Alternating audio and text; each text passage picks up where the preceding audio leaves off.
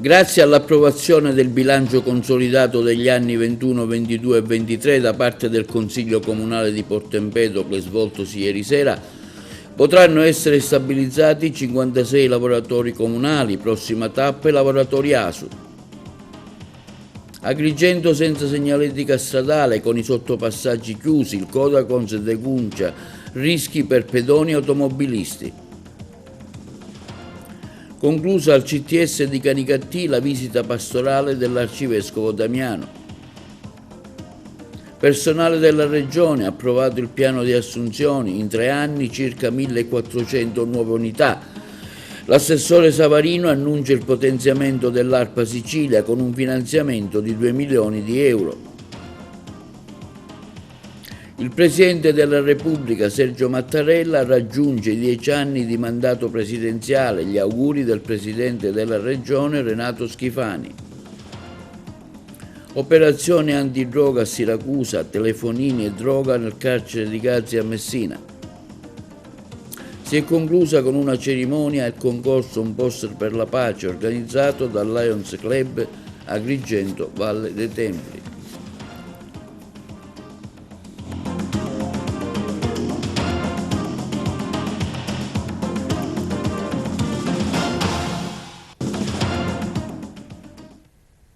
Buongiorno col nuovo appuntamento del nostro TV Notizie di oggi 31 gennaio venerdì.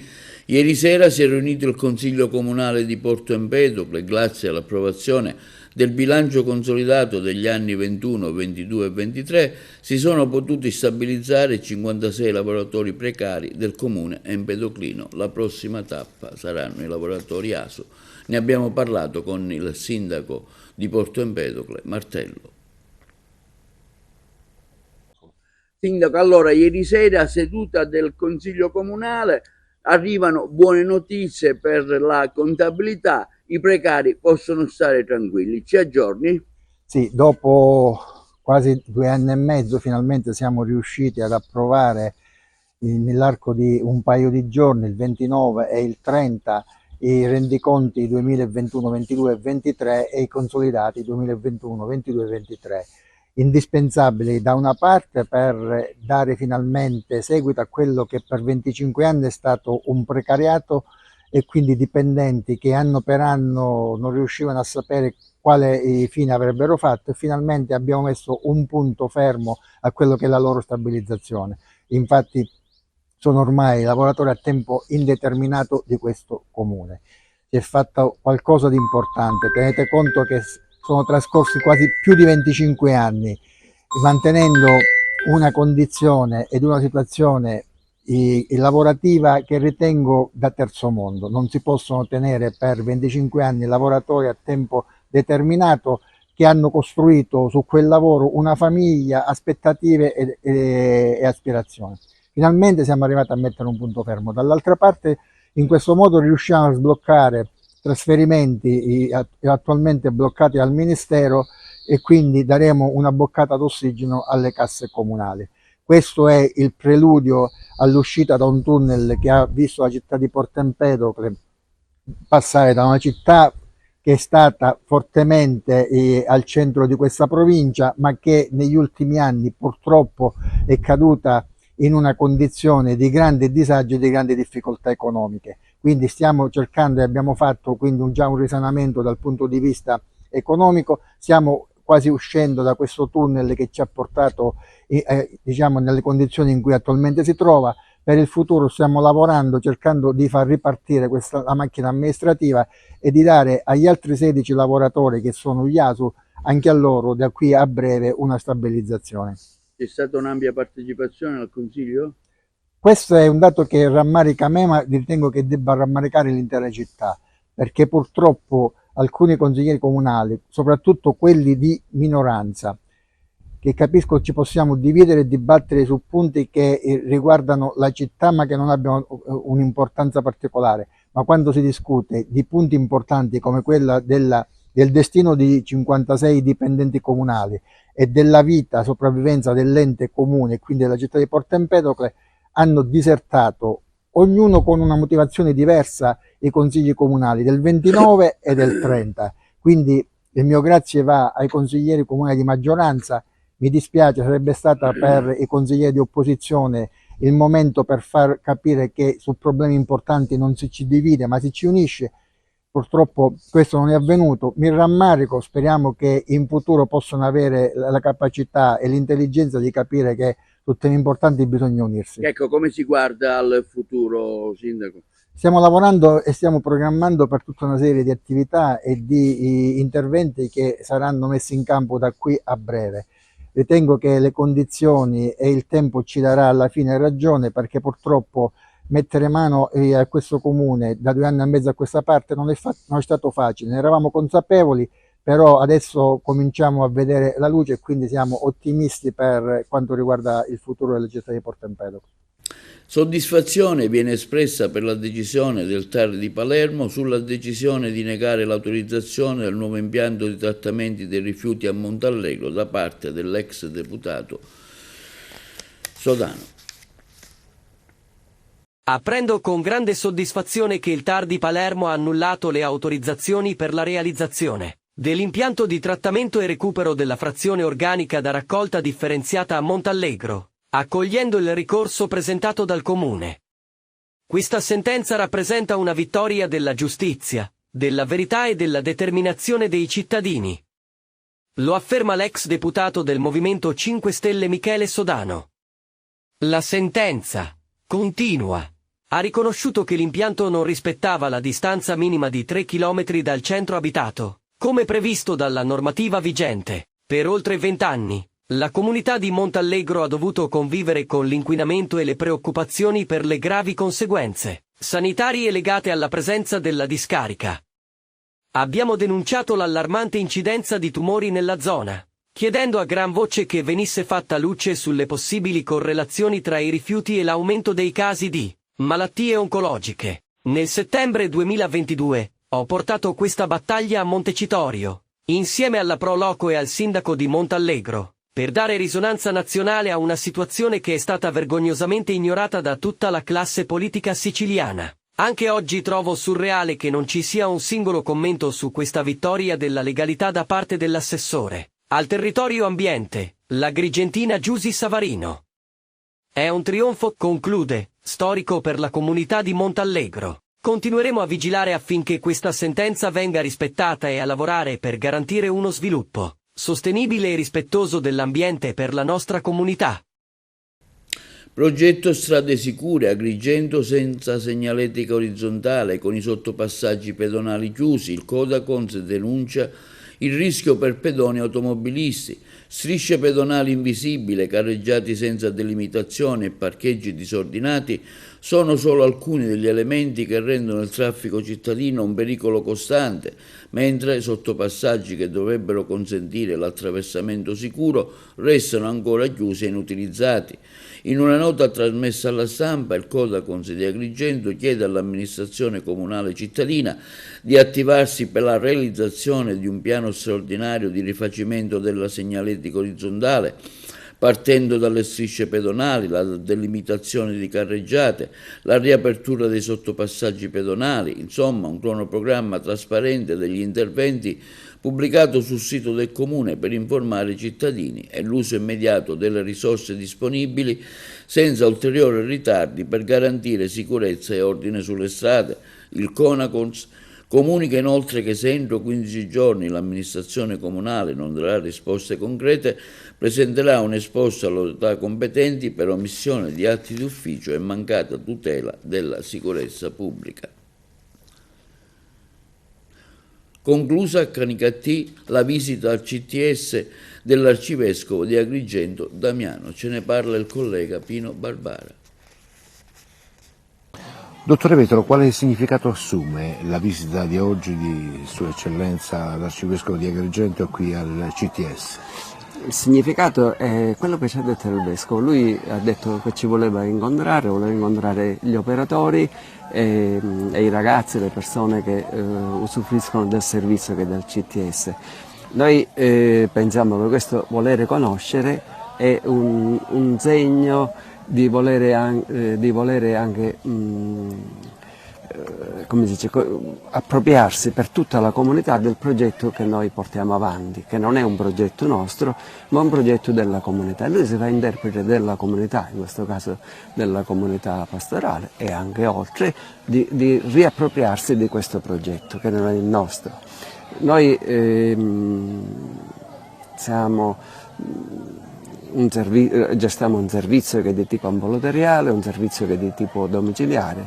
Nel servizio domiciliare sono coinvolti 45 persone, per la maggior parte sono persone adulte o anziane con problemi motori, la maggior parte fanno fisioterapia a domicilio.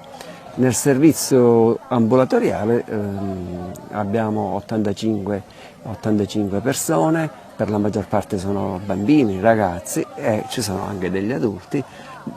I problemi che vengono trattati sono quelli della disabilità intellettiva, del disturbo dello spettro dell'autismo e problemi di tipo neuromotorio.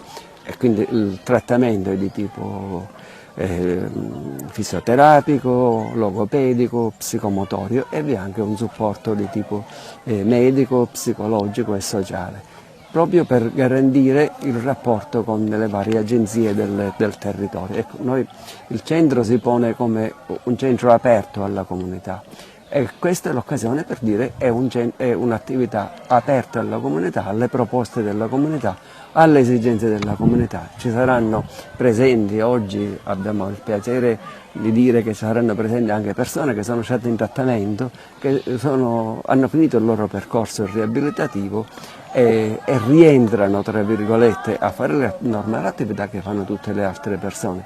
Hanno finito e verranno anche a testimoniare che da questa disabilità si possono trovare comunque dei normali processi di accomodamento che permettono il massimo di inserimento poi nella società, nella scuola o anche nel lavoro. Abbiamo ragazzi che hanno fatto il loro percorso appunto e ora lo continuano nella società, nella vita di tutti i giorni.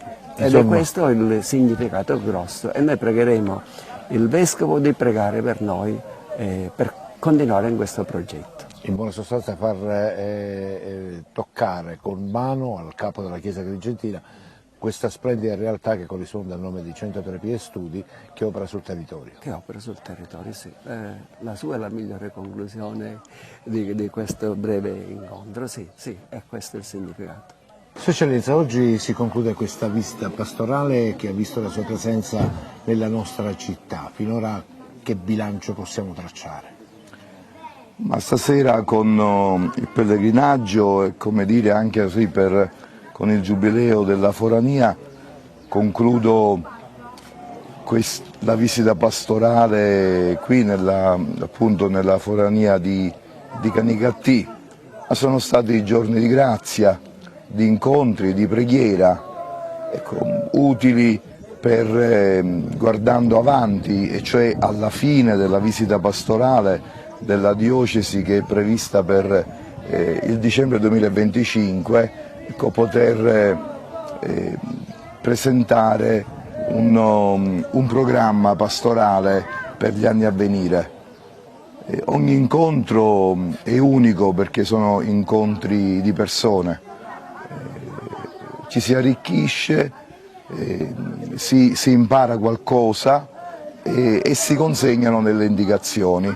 È un po' lo stile che si è scelto per questa visita pastorale, insieme tessitori di speranza, e sono stati giorni appunto vissuti insieme con tante realtà ecclesiali e non ecclesiali per concentrarci comunque nell'annuncio del Vangelo sicuramente, ma anche nella passione per l'uomo e nella custodia del bene comune. Come mai la scelta è caduta sul CTS, Sua Eccellenza? È un luogo di vita, è un luogo di accoglienza, di riabilitazione di giovani, ma adesso li conoscerò.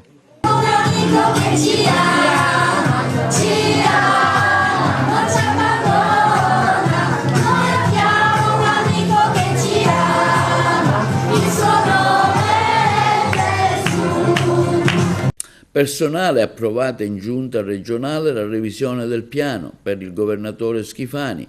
In 3 anni quasi 1400 nuove assunzioni. Il servizio.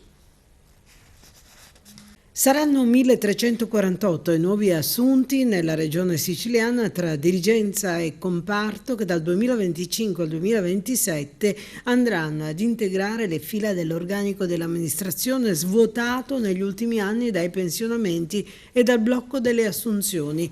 Di questi 632 saranno assunti nell'anno in corso, 345 entro il 2026 e 371 nel 2027. E quanto previsto dal piano integrato di attività e organizzazione della regione per il triennio 25-27 approvato dalla giunta regionale ieri pomeriggio. Il mio governo, afferma il governatore Schifani, intende rinnovare l'organico puntando sulla meritocrazia attraverso nuovi concorsi per reclutare personale giovane e competente. Nel dettaglio, per il 2025 il piano prevede il reclutamento di 140 dirigenti e 280 funzionari di vari profili. A questi si aggiungono 12 procedure di stabilizzazione e infine il concorso per il potenziamento dei centri regionali per l'impiego con l'assunzione di 200 funzionari con vari profili. Sempre quest'anno, con l'entrata in vigore del nuovo contratto di lavoro, saranno effettuate inoltre 800 progressioni verticali in deroga. Per il 2026 invece è previsto il reclutamento di 35 dirigenti, mentre per il comparto si prevede l'assunzione di 300 dipendenti, 2 stabilizzazioni e 8 assunzioni obbligatorie. Saranno 118 le progressioni tra le categorie e nel 2027 saranno previste 79 assunzioni di dirigenti con un nuovo bando, 290 nel comparto, di cui 90 funzionari e 200 assistenti e 2 assunzioni obbligatorie. Saranno effettuate infine altre 100 progressioni tra categorie. Potenziare l'ARPA Sicilia attraverso nuove risorse umane ed economiche con un finanziamento di 2 milioni di euro nelle aree maggiormente critiche. Per i prossimi 3 anni l'Agenzia avrà la serenità di lavorare con una buona prospettiva di crescere e di svolgere il suo importante ruolo di monitoraggio e di controlli anche sanitari sul territorio. La nostra idea è quella di rafforzare questi interventi nei luoghi dove più critici, come il territorio Aerca di Siracusa. Lo ha detto l'assessore al territorio e ambiente Giusy Savarino durante la giornata organizzata dal suo assessorato a Siracusa per presentare il piano strategico 2025-2027 di ARPA Sicilia, un'occasione di confronto e condivisione sulle strategie, le innovazioni e gli investimenti che orienteranno l'attività dell'Agenzia nei prossimi 3 anni in Sicilia. L'assessore ha sottolineato, ringraziando i vertici di ARPA Sicilia, per il lavoro svolto, come si sia sciolto il nodo con l'assessorato regionale alla sanità, circa i servizi essenziali dell'Agenzia pagati dal Fondo Sanitario. Quando mi sono insediata, ha detto l'assessore Savarino, ho trovato un'agenzia con grandissime potenzialità soffocate, però da un problema di individuazione del fondo sanitario che le veniva contestato. Adesso abbiamo sciolto ogni dubbio e stabilito che ad ARPA Sicilia, che svolge anche dei servizi essenziali e molto importanti, debba essere assicurato un costante finanziamento sia da parte della Regione siciliana che da parte del Fondo Sanitario. Non dobbiamo avere paura che i controlli aumentano perché questi aiutano le aziende sane. Il nostro obiettivo, afferma la Savarino, è quello di tutelare il territorio nel rispetto di chi vuole fare sviluppo ed economia. Mattarella, Presidente della Repubblica da 10 anni, e il governatore Schifani esprime a nome del personale e di tutti i siciliani i più sinceri auguri per questo importante traguardo istituzionale. Questo quanto affermato dal Presidente della Regione Schifani, Mattarella garante della Costituzione. Il Presidente Mattarella ha interpretato con straordinario equilibrio e dedizione il ruolo di garante della nostra Carta Costituzionale, svolgendo la funzione di arbitro super partes con autorevolezza, saggezza e senso dello Stato, aggiunge il Presidente Schifani. In questi 10 anni la sua guida ha rappresentato un faro di stabilità per il Paese in momenti di grande complessità e trasformazione. Qualche disagio per gli automobilisti oggi per le 2 chiusure temporanee al traffico lungo la strada statale 640 denominata degli Scrittori ad Agrigento, necessarie per consentire allo stesso ente gestore dell'infrastruttura elettrica un intervento di manutenzione urgente che consiste nella sostituzione di un cavo della linea di media tensione. La strada statale è stata provvisoriamente chiusa alla circolazione in entrambe le direzioni all'altezza del chilometro 11,200 in prossimità proprio dello svincolo di Agrigento a partire da stamattina alle 9 fino alle 10:30 e dalle 14 alle 15:30. Nelle ore pomeridiane si prevede che la circolazione possa riprendere il suo normale flusso. E per la cronaca una vasta operazione antidroga a Snoto nel Siracusano, denominata Bianco Barocco, condotta dagli agenti della Polizia di Stato che hanno eseguito ordinanze di custodia cautelare emesse dal GIP a carico di 10 persone indagate per vario titolo, tra cui spaccio di sostanze stupefacenti e porto abusivo di armi da fuoco. I colleghi da Catania. Droga ed estorsioni a Noto, blitz con 10 arresti. Nell'ambito dell'operazione antidroga Bianco Barocco, la Polizia di Stato ha eseguito un'ordinanza di custodia cautelare emessa dal GIP del Tribunale di Siracusa su richiesta della Procura nei confronti di 10 persone, 5 in carcere e 5 domiciliari, fra loro 2 donne accusate a vario titolo di detenzione ai fini dello spaccio di sostanze stupefacenti, estorsione, minacce, porto abusivo di arma da fuoco e munizionamento. Ad un'altra persona è stata applicata la misura dell'obbligo di dimora. Il provvedimento restrittivo scaturisce da un'ampia attività di indagine avviata nel 2023 dal commissariato di Noto, che si è sviluppata con attività tecniche e tradizionali i cui esiti, secondo l'accusa, avrebbero permesso di accertare la fiorente attività di spaccio degli indagati, che offrivano agli assuntori un vasto assortimento di sostanze stupefacenti, come cocaina, eroina, hashish e marijuana. Gli spacciatori utilizzavano un immobile nel centro di Noto. La droga veniva consegnata direttamente dal balcone di quella casa e nascosta sotto le tegole del tetto del medesimo immobile. Trovate e sequestrate 3 armi. Alle 10 persone raggiunte dall'odierna misura si aggiungono altre 2 tratte in arresto dalla Polizia di Stato il 21 gennaio scorso nell'ambito del medesimo scenario operativo. Sulla strage di Via D'Amelio i PM chiedono l'archiviazione. Avola mente, la procura nissena non crede al pentito, può essere etero diretto il servizio. Quando sostiene di aver partecipato alla strage di Via D'Amelio, il pentito Maurizio Avola mente. Almeno secondo la procura di Caltanissetta, che, come scrive il Fatto Quotidiano, ha chiesto per la seconda volta di archiviare le indagini nate dalle dichiarazioni del collaboratore.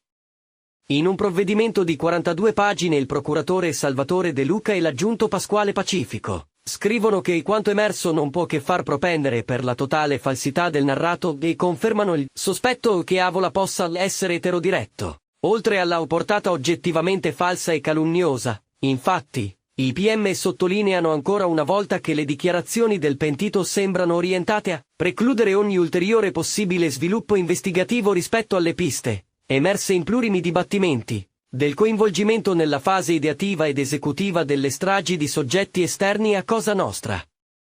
La richiesta, datata 17 dicembre, è stata inviata al GIP Santi Bologna. Dovrà decidere se archiviare o meno le posizioni di Avola, che potrebbe rischiare un processo per calunnia, e dei 3 boss catanesi accusati dal pentito. Sono Marcello D'Agata, Eugenio Galea e Aldo Ercolano. Non hanno mai collaborato e si sono sempre proclamati innocenti. 6 anni e 2 mesi di reclusione per una rapina violenta ai danni di una famiglia di Canicattì, minacciata con un coltello e presa a colpi di catena all'interno di un'abitazione. La Corte di Appello di Palermo, in parziale riforma della sentenza del Tribunale di Agrigento, ha condannato Valentina Lomando, di 34 anni, originaria di Canicattì, per i reati di rapina pluriaggravata, lesioni personali e porto abusivo di armi. In primo grado alla donna erano stati inflitti 8 anni, 10 mesi e 20 giorni di reclusione.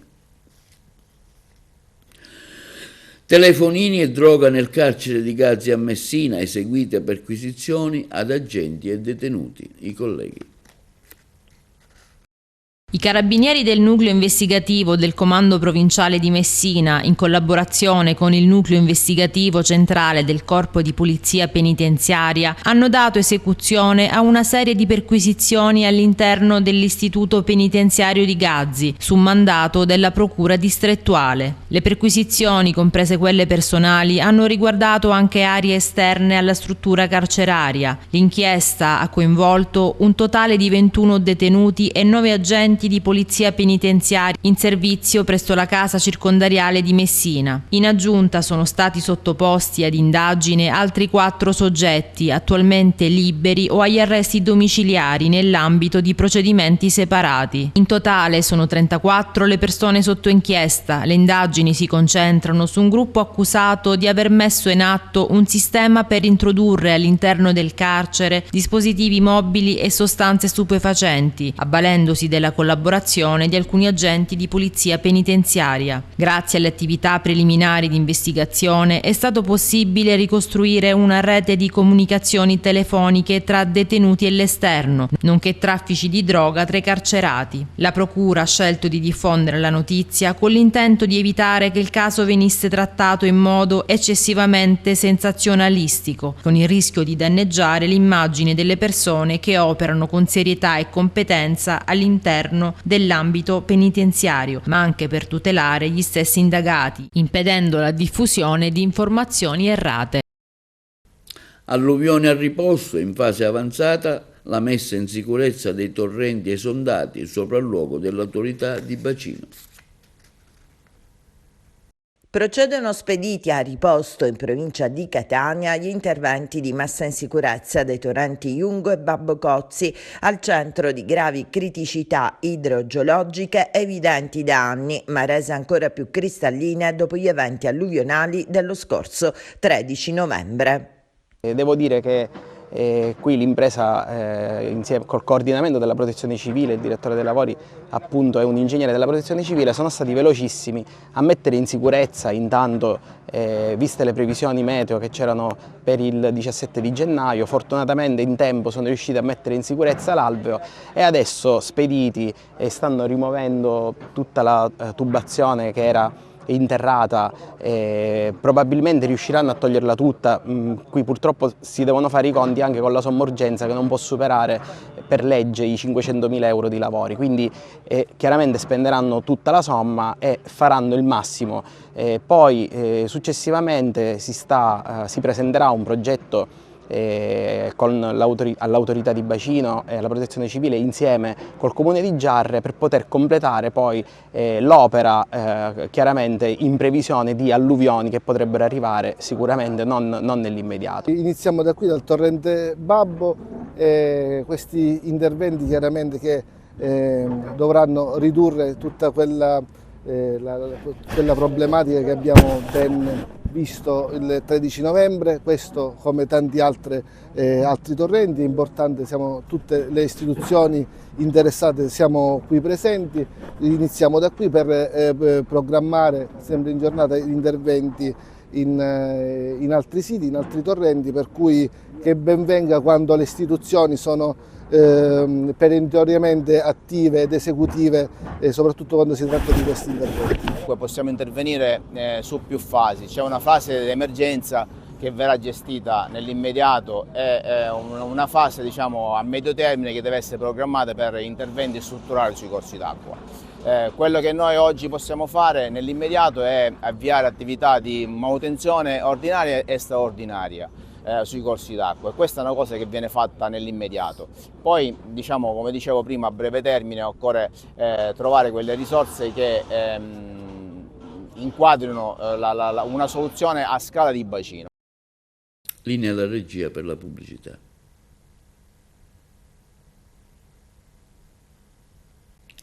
Il Lions Club Agrigento Valle dei Templi, presieduto dall'avvocato Gaetano Salemi, ha celebrato la cerimonia di premiazione dei vincitori del concorso internazionale Un poster per la pace, con la partecipazione degli istituti scolastici che hanno aderito all'iniziativa.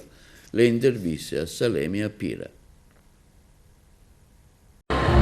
Anche quest'anno il nostro club sta procedendo alla cerimonia di premiazione del poster per la pace. Ogni anno i Lions sono impegnati in questo concorso internazionale per portare all'attenzione dei ragazzi un tema di straordinaria attualità ai noi, quale quello della pace. Oggi abbiamo celebrato la premiazione, abbiamo premiato tutti i ragazzi vincitori dei 3 istituti scolastici che hanno aderito: l'Istituto Comprensivo Luigi Pirandello di Porto Empedocle, l'Istituto Comprensivo Quasimodo di Agrigento e l'Istituto Camilleri di Favara. Un ringraziamento speciale alle dirigenti Angarossa, Lalonia e Monreale di questi 3 istituti scolastici, a tutti i docenti che hanno collaborato con i ragazzi e anche con noi, devo dire, e un ringraziamento speciale alla dirigenza del centro commerciale che ci ha consentito di poter celebrare questa manifestazione all'interno della galleria.